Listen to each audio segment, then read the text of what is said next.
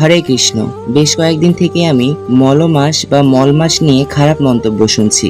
অনেকেই বলছেন মলমাস তো একটি কলঙ্কিত মাস, এই মাসে শুভ কাজ সহ পুজো আদি কিছুই হয় না। সত্যি কি এই মলমাস আজও কলঙ্কিত মাস?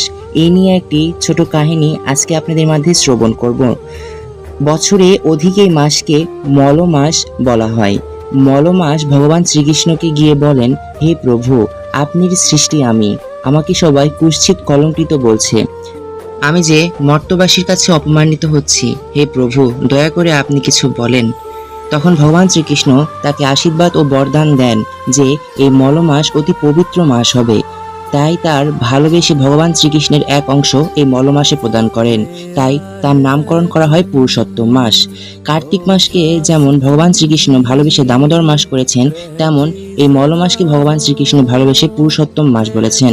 অর্থাৎ শাস্ত্রে উল্লেখ করা আছে, দামোদর মাসের তুলনায় এই মাসে ভগবানের বেশি সেবা নাম কীর্তন করলে অধিক পুণ্য অর্জন করা হবে।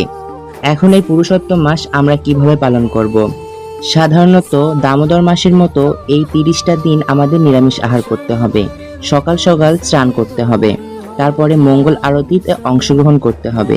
এই মাসে 33 সংখ্যাকে বিশেষ গণ্য করা হয়েছে। আমরা 33 রকমের ফল, ফুল, ভোগ ভগবানকে নিবেদন দিব, 33টা ব্রাহ্মণকে খাওয়াবো, অর্থাৎ 33 রকম যত সেবা দান আদি আছে সেগুলো করব।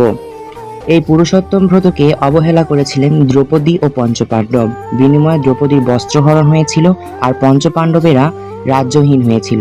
পরে তারা এই পুরুষোত্তম ব্রতর মাধ্যমে আবার সর্বসুখ লাভ করতে পারে। হরে কৃষ্ণ। যদি আমার কথাতে কোনো ভুল ত্রুটি হয়ে থাকে, সকলের কাছেই মার্জনীয়। আমি যতটুকু জানি ততটুকু আপনাদের মাঝে তুলে ধরার চেষ্টা করেছি।